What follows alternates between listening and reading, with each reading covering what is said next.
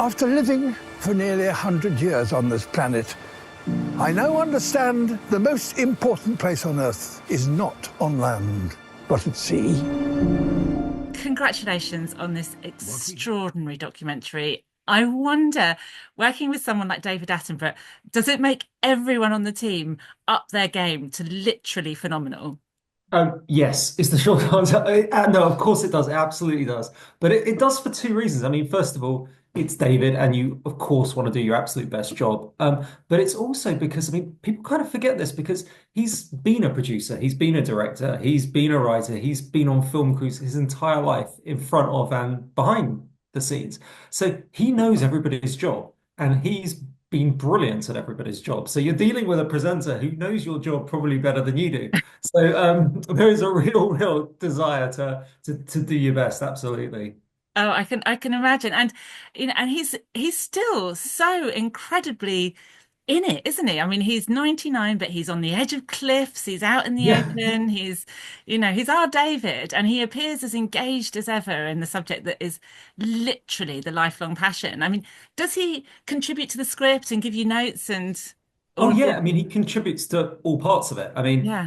obviously, principally the words these days are the biggest part of that he does, but he's obviously knows exactly how you should frame a shot. He's very engaged with the camera crew when they're there, with the sound, with all of it. But principally, yes, it's the words that he's most across and most doing. Yeah. And even on location, I mean, he's 99, but I mean, you wouldn't know it. We were filming, I think he was 98 at the time, and we were on one of the sort of beach in the south of England, and he started marching up a sand dune, and you're sort of like, okay, we'll film on top of the sand dune then. So And you're all running yeah, after him with all the kit. yeah, Yeah. just like, so he's brilliant. He's brilliant. His enthusiasm and professionalism is fantastic. It's wonderful, and I really enjoyed seeing his pieces to camera when he's in the office with the globe. It's very Oh, sort of yeah. Darwinian, but very David still. It's really engaging and warm, and and he just speaks to us so lovingly.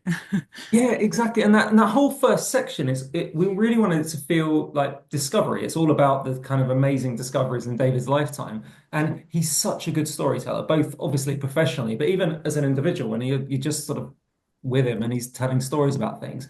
We wanted to kind of capture that, him sort of remembering back when different things were discovered, either things he was involved in or things he just learnt about and happened to have found out in his amazing long life. So giving him the kind of chance and space to just tell those stories and make you feel like you're part of that discovery yourself a little bit. And so it worked really well just having him in that sort of setting. It was great. The ocean is our planet's life support system and our greatest ally against climate catastrophe. Yet it's at a crossroads. We are draining the life from our ocean. Your use of his archive was very sparing, but exactly right, really, because it wasn't it is about the oceans now. But so it Yeah. must have been hard to decide like what kind of archive you would use. Yeah, yeah, definitely it was because obviously there's a lot of archive, and obviously you have to pay to use the archive, so you've got a budget to manage. But also you want it to feel a very contemporary show. The idea was to make a really cinematic film. Hopefully we achieved that. That's something you really want to watch on a big screen, and it's shot that way.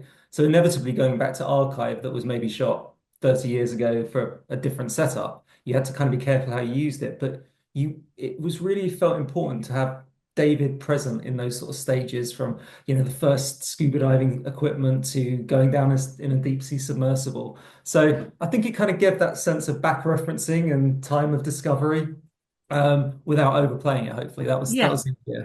Yes, economic was the word I was looking Yeah, for in yeah, my yeah, head. in Yeah, every but sense of the word, actually. yeah, definitely. So you direct this with two other people, Toby Yes. Nowlan and Keith Scoley, Yeah, and yeah. you've all worked together for years on the Yeah. series that we're all so familiar with now, Our Planet, Planet Earth, Frozen Planet, and the Blue Planet. How do you divide up the directing and tell us about your specific role in the team? Yeah, I mean, what was quite helpful was we were all sort of were able to all work together and develop things like the story and the script. And of course, that was David was sort of massively involved in all of that. But also the nature of a film like this, the crew were filming in about sort of 45 different locations, and it's not practical or rational for anyone to go and do all of that. So so we were able to divide up who did what shoots, but also who focused on what areas. So I think, it's probably fair to say Keith and Toby have much more underwater filming experience than I do. I've probably got a lot in filming people, and I've worked with David a lot on some of those pieces. So we were able to divide bits up like that a little bit too, as well as just we had quite an intense production period. So, if one of you gets called to go and do something else at work or have a holiday or anything like that, you've always got other people to follow it through. So, because it was very much a shared attempt to bring David's story to life, it worked really nicely to have a few of us sort of being able to work it together. So it was good, and obviously knowing each other really well made it easy. I think it might not have been as easy with three strangers, but when you've worked together enough, it's quite a good way to do it. And tell me why a film as opposed to a series? No, it's a great question. And it actually really started that way. I mean, sometimes projects evolve in different directions for whatever reason, but this was really specifically always going to be a film and always one that was going to go on the big screen, or we hoped would go on the big screen. And it was really deliberate because David's obviously made lots of series including about the ocean, Blue Planet being the most famous of those. So we didn't want to just repeat that. We wanted to have a sort of narrative arc that felt very different. And his lifespan, the sort of 100 years, which runs incredibly well parallel to the story of the ocean and the discovery and changes in the ocean. And then we thought, how do you sort of solve one fundamental problem, which is people don't really connect with the ocean in the same way they often do the land, because you just can't see it in the same way. And how do we make people feel like they're immersed in the ocean in this? How do you shoot, whether it's the underwater sequences, the natural history, in a way that really makes you feel those species coming past you, or that the immersion in the deep ocean? So then you really feel it when you get that sort of shock of what sometimes happens to it when we damage it, and then that hope when the ocean recovers. It was all about immersion like that, and of course you want to do that on a screen that's enormous. I think one shot has got many hundred, possibly even up to 1,000 tuna in it, and you kind of want to show that big and get that sense of it. So it It was definitely always reminded me of when, do you remember when IMAX first came out and they would yeah, just show these huge sort of yeah, aquariums almost up yeah. there, and because it was for that total immersive experience. And yeah, no, I totally get why it's so thrilling for this to be shown in a cinema.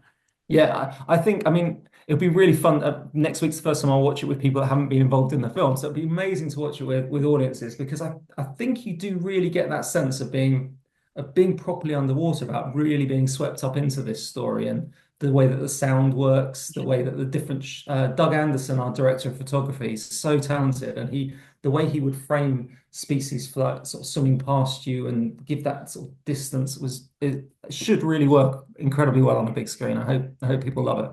The ocean can recover faster than we had ever imagined. It can bounce back to life. Put simply, we've been given a lifeline. It may not just recover, but thrive beyond anything anyone alive has ever seen. Absolutely stunning. I mean, it's nothing more than we would expect, and some, because I mean, I've always thought all your series were so cinematic anyway, from all your incredible drone shots. I mean, everything that you do, so this is such a treat to see on the big screen. But of course, there are some incredibly horrifying scenes within it. I mean, you do not shy away from the truth. But I mean, they are extraordinary scenes as well. Like we've all heard about the bottom trawlers, Yeah. but to actually see those scenes, how did you do that? Yeah, I mean, that was one of the critical things we wanted to do right from the beginning. And we thought we were a bit naive with hindsight, because we thought, well, surely somebody somewhere's filmed this. We'd read about it loads, and loads about the damage. There's loads of scientific studies. We thought, well, somebody, some university, somebody somewhere has filmed this. And we start looking around, and as far as we can tell, nobody's filmed it. I mean, we could find a few shaky things of a GoPro sort of hanging in the water trying to capture it, but nobody's filmed it. And you think how horrifying that is, that this is happening all the time. And even the people operating the machinery have no idea what's down there. Nobody's looking at what's down there. So we set about trying to think about how we'd film it and how could we film it with the same sort of quality of equipment as we do the natural history sequences. So you can really see it in as vivid detail as possible. And we were able, luckily, to form partnerships with scientists that were studying the effects of bottom trawling for scientific research. And they said that they'd really benefit from having this filmed. So we joined forces and we provided the cameras and they provided the science and we filmed it. And hopefully we're also actually really importantly giving away this footage to anyone, and to NGOs, to anybody that wants to use it for scientific research. So hopefully nobody has to film it again either. But Yeah. and it's now there for everybody to use. Yeah, I mean, it is utterly extraordinary, and it made me imagine, sort of, imagine if something came out of the sky and did that Yeah. across the land. Like, I mean, it covers thousands of acres, doesn't it? Oh gosh, yeah, in vast areas. I mean, it's sort of the equivalent as, on land, clear cutting tropical forests, or clear Yes, cutting forests. But you see it on land, so people understand it. And obviously, sometimes on land, you do that in order to grow food. Here, we're doing it across enormous areas, and quite often the marine life that was there does not ever get a chance to recover because it's repeatedly trawled. it's relentless. Yeah, and just the fishing industry are aware of this. They do know what they're doing, and they do understand not only the damage they're doing to the seabeds and all that extraordinary ecology that exists down there, but the CO2 that's being released into the atmosphere. Yeah, I think really important throughout all of this is this isn't something that's against the fishing industry or fishing in general. I mean, hopefully it comes across really clearly in the film that this That is not does actually, an that really does. anti-filming, it's not Yeah. an anti-fishing film at all. But this particular form of fishing, Mm. particularly on the industrial scale, big trawlers, is astonishingly damaging. And I mean, the amount of disturbance it causes to the seafloor, the damage of the biodiversity that's down there, and as I mentioned earlier, repeatedly doing it, so there's no chance for recovery, and the enormous amount of waste of life because they're often only targeting one or two different species, so everything else that's caught in the process gets thrown away. So whilst there's a lot of ways of fishing that really aren't that damaging, beyond what they're obviously catching to eat, this is a form of fishing that's incredibly damaging. And that has to end, absolutely. This is the story of our ocean and how we must write its next chapter together. And the statistics around the amount of, like, you do these lovely images on screen with Yeah. the maps Oh yeah, and um the being able to see the scale of it, like all the ships that fish all day, every day, and night, all the time. It's Exactly. And again, I think what we hope to show the viewers is something that I think most of us, when we picture fishing, we sort of picture the small fishing boats off Cornwall or wherever, people, family businesses feeding their communities. And there is that exists in the world, and but it's a very small fraction of the amount of fish that's caught. What we want to distinguish here is these enormous trawler ships, that are often owned by big corporations, often from different countries, not necessarily from the ones in our waters aren't necessarily owned by a British company at all. And the scale of fish that's caught in that way, and how different that is from what probably most of us imagine the fishing industry to be, which is yeah. a lot more small scale, a lot more community based. In particular, there's a way of doing this that if we manage to protect more of the ocean and the ocean life gets a chance to recover, actually we can probably sustain fishing communities far better than we do today, which is, it's a very difficult occupation to make a living in at the moment because fish stocks are in trouble and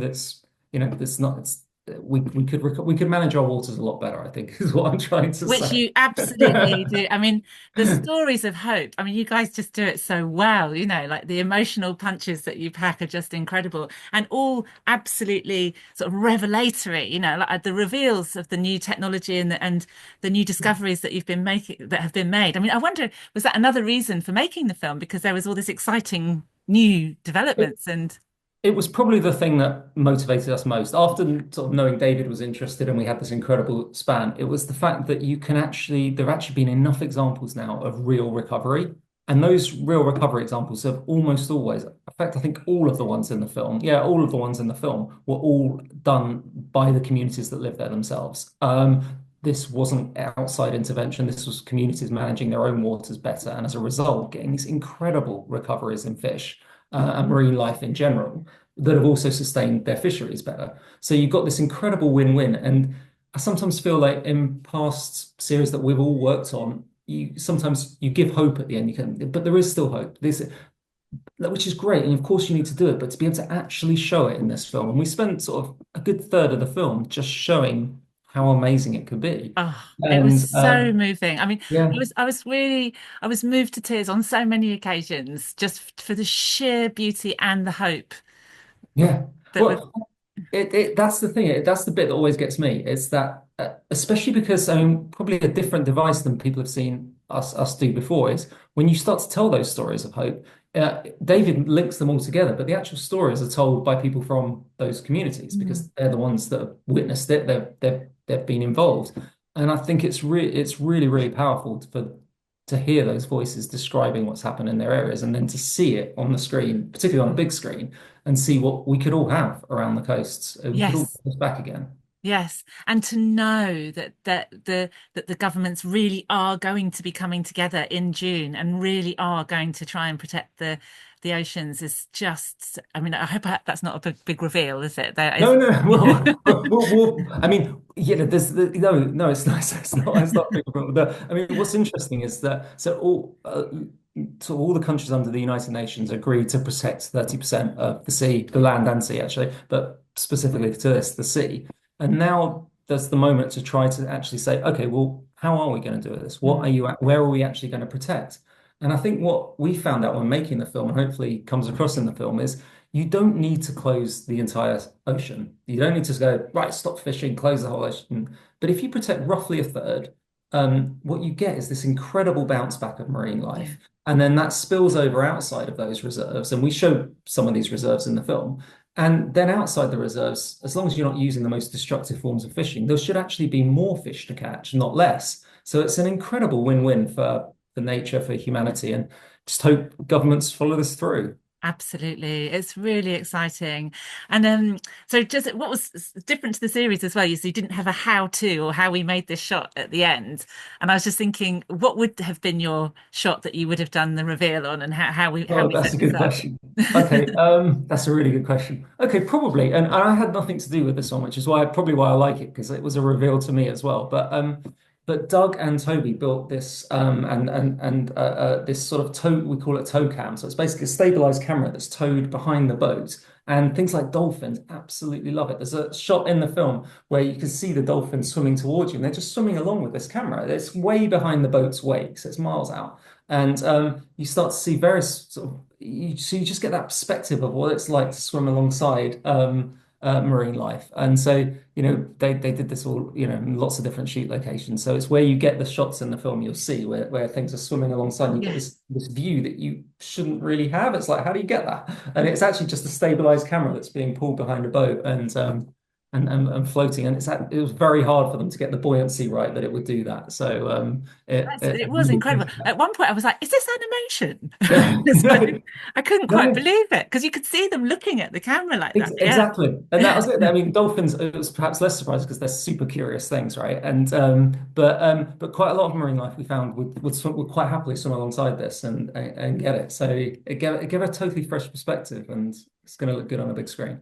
Oh, honestly, it is such a pleasure to talk to you. Thank you so much for joining us on the Picture House podcast today. And I just know this is going to be such a big hit in the cinemas. Oh, that's great. My absolute pleasure. I really hope people go and see it on the big screen. So that'd be They great. will, definitely. For if we save the sea, we save our world. After a lifetime of filming our planet, I'm sure that nothing is more important.